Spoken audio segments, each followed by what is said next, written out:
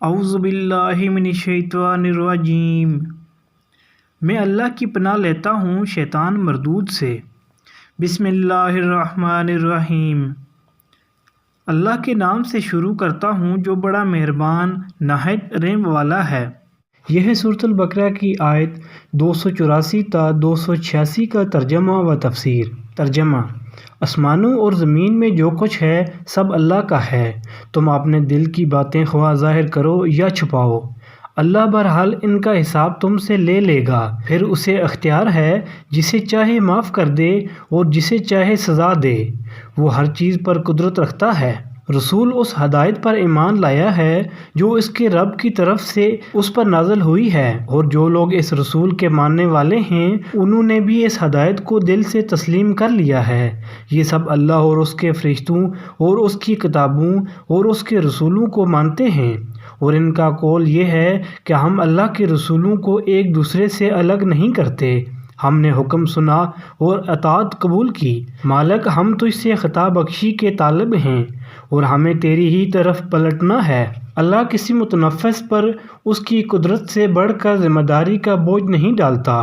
ہر شخص نے جو نیکی کمائی ہے اس کا پھل اسی کے لیے ہے، اور جو بدی سمیٹی ہے اس کا وبال اسی پر ہے۔ ایمان لانے والو، تم یوں دعا کیا کرو: اے ہمارے رب، ہم سے بھول چوک میں جو قصور ہو جائیں ان پر گرفت نہ کر۔ مالک ہم پر وہ بوجھ نہ ڈال جو تو نے ہم سے پہلے لوگوں پر ڈالے تھے۔ پروردگار، جس بار کو اٹھانے کی طاقت ہم میں نہیں ہے وہ ہم پر نہ رکھ، ہمارے ساتھ نرمی کر، ہم سے درگزر فرما، ہم پر رحم کر، تو ہمارا مولا ہے، کافروں کے مقابلے میں ہماری مدد کر۔ یہ تھا سورۃ البقرہ کی آیت 284 تا 286 کا ترجمہ۔ اب تفسیر۔ یہ خاتمہ کلام ہے، اس لیے جس طرح سورت کا آغاز دین کی بنیادی تعلیمات سے کیا گیا تھا اسی طرح سورت کو ختم کرتے ہوئے بھی ان تمام اصولی امور کو بیان کر دیا گیا ہے جن پر دین اسلام کی اساس قائم ہے۔ کتابل کے لیے اس سورہ کے پہلے رکوع کو سامنے رکھ لیا جائے تو زیادہ مفید ہوگا۔ یہ دین کی اولین بنیاد ہے۔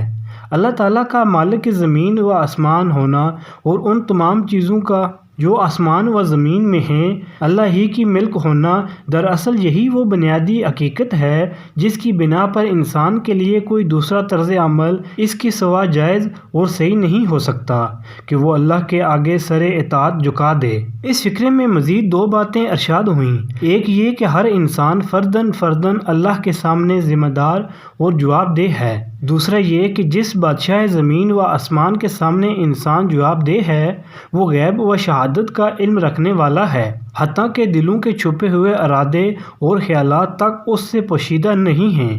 یہ اللہ کے اختیار مطلق کا بیان ہے، اس کو کسی قانون نے باندھ نہیں رکھا ہے کہ اس کے مطابق عمل کرنے پر وہ مجبور ہو، بلکہ وہ مالک کے مختار ہے، سزا دینے اور معاف کرنے کے کلی اختیارات اس کو حاصل ہیں۔ اس آیت میں تفصیلات سے قطع نظر کر کے اسلام کے قائد اور اسلامی طرز عمل کا خلاصہ بیان کر دیا گیا ہے، اور وہ یہ ہے: اللہ کو، اس کے فرشتوں کو اور اس کی کتابوں کو ماننا، اس کے تمام رسولوں کو تسلیم کرنا بغیر اس کے کہ وہ ان کے درمیان فرق کیا جائے، یعنی کسی کو مانا جائے اور کسی کو نہ مانا جائے، اور اس امر کو تسلیم کرنا کہ آخر کار ہمیں اس کے حضور میں حاضر ہونا ہے۔ یہ 5 امور اسلام کی بنیادی عقائد ہیں۔ ان عقائد کو قبول کرنے کے بعد ایک مسلمان کے لیے صحیح طرز عمل یہ ہے کہ اللہ کی طرف سے جو حکم پہنچے اسے وہ بصر و چشم قبول کرے، اس کی اطاعت کرے اور اپنے حسن عمل پر غرور نہ کرے، بلکہ اللہ سے عفو و درگزر کی درخواست کرتا رہے، یعنی اللہ کے ہاں انسان کی ذمہ داری اس کی مقدرت کے لحاظ سے ہے۔ ایسا ہرگز نہ ہوگا کہ بندہ ایک کام کرنے کی قدرت نہ رکھتا ہو اور اللہ اس سے باز پرس کرے کہ تو نے فلاں کام کیوں نہ کیا، یا ایک چیز سے بچنا فی الحقیقت اس کی قدرت سے باہر ہو اور اللہ اس پر مواخذہ کرے کہ تو نے اس سے پرہیز کیوں نہ کیا۔ لیکن یہ یاد رہے کہ اپنی مقدرت کا فیصلہ کرنے والا انسان خود نہیں ہے، اس کا فیصلہ اللہ ہی کر سکتا ہے کہ ایک شخص فی الحقیقت کس چیز کی قدرت رکھتا تھا اور کس چیز کی نہ رکھتا تھا۔ یہ اللہ کے قانون مجازات کا دوسرا قاعدہ کلیہ ہے۔ ہر آدمی انعام اسی خدمت پر پائے گا جو اس نے خود انجام دی ہو۔ یہ ممکن نہیں ہے کہ ایک شخص کی خدمات پر دوسرا انعام پائے، اور اسی طرح ہر شخص اسی قصور میں پکڑا جائے گا جس کا وہ خود مرتکب ہوا ہو۔ یہ نہیں ہو سکتا کہ ایک کے قصور میں دوسرا پکڑا جائے۔ ہاں، یہ ضرور ممکن ہے کہ ایک آدمی نے کسی نیک کام کی بنیاد رکھی ہو اور دنیا میں ہزاروں سال تک اس کام کے اثرات چلتے رہیں اور یہ سب اس کے کارنامے میں لکھے جائیں، اور ایک دوسرے شخص نے کسی برائی کی بنا رکھی ہو اور صدیوں تک دنیا میں اس کا اثر جاری رہے اور وہ اس ظالم اول کے حساب میں درج ہوتا رہے۔ لیکن یہ اچھا یا برا جو کچھ بھی پھل ہوگا اسی کی صحیح اور اسی کے کسب کا نتیجہ ہوگا۔ بہرحال یہ ممکن نہیں ہے کہ جس بھلائی یا جس برائی میں آدمی کی نیت اور صحیح و عمل کا کوئی حصہ نہ ہو، اس کی جزا یا سزا اسے مل جائے۔ مکافات عمل کوئی قابل انتقال چیز نہیں ہے، یعنی ہمارے پیش رووں کو تیری راہ میں جو آزمائشیں پیش آئیں، جن زبردست ابتلاؤں سے گزرے، جن مشکلات سے انہیں سابقہ پڑا، ان سے ہمیں بچا۔ اگرچہ اللہ کی سنت یہی رہی ہے کہ جس نے بھی حق و صداقت کی پیروی کا عزم کیا ہے اسے سخت آزمائشوں اور فتنوں سے دوچار ہونا پڑا ہے، اور جب آزمائشیں پیش آئیں تو مومن کا کام یہی ہے کہ پورے استقلال سے ان کا مقابلہ کرے۔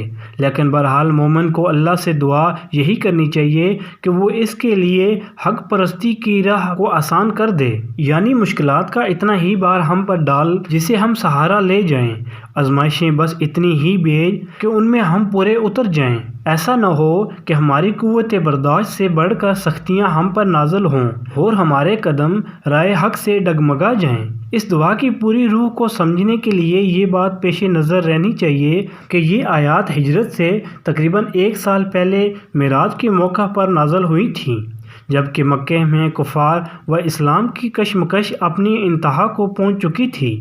مسلمانوں پر مصائب و مشکلات کے پہاڑ ٹوٹ رہے تھے، اور صرف مکہ ہی میں نہیں بلکہ سرزمین عرب پر کوئی جگہ ایسی نہ تھی جہاں کسی بندہ خدا نے دین حق کی پیروی اختیار کی ہو اور اس کے لیے خدا کی سرزمین پر سانس لینا دشوار نہ کر دیا گیا ہو۔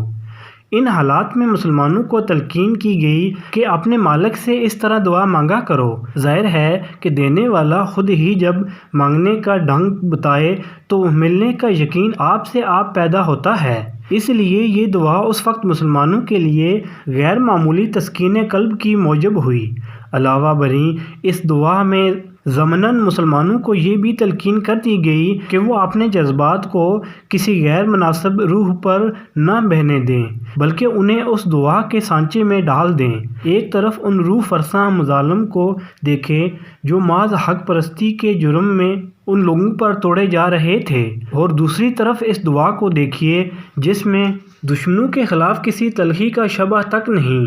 ایک طرف ان جسمانی تکلیفوں اور مالی نقصانات کو دیکھیے جن میں یہ لوگ مبتلا تھے، اور دوسری طرف اس دعا کو دیکھیے جس میں کسی دنیاوی مفاد کی طلب کا ادنیٰ نشان تک نہیں ہے۔ ایک طرف ان حق پرستوں کی انتہائی خستہ حالی کو دیکھیے اور دوسری طرف ان بلند اور پاکیزہ جذبات کو دیکھیے جن سے یہ دعا لبریز ہے۔ اس تقابل ہی سے صحیح اندازہ ہو سکتا ہے کہ اس وقت اہل ایمان کو کس طرز کی اخلاقی و روحانی تربیت دی جا رہی تھی۔ آدم علیہ السلام کی تخلیق کے وقت اللہ اور فرشتوں کی گفتگو کا ذکر تلمود میں بھی آیا ہے، مگر وہ بھی اس معنوی روح سے خالی ہے جو قرآن کے بیان کردہ قصے میں پائی جاتی ہے، بلکہ اس میں یہ لطیفہ بھی پایا جاتا ہے کہ جب فرشتوں نے اللہ سے پوچھا انسانوں کو آخر کیوں پیدا کیا جا رہا ہے تو اللہ تعالیٰ نے جواب دیا تاکہ ان میں نیک لوگ پیدا ہوں، بد لوگوں کا ذکر اللہ نے نہیں کیا،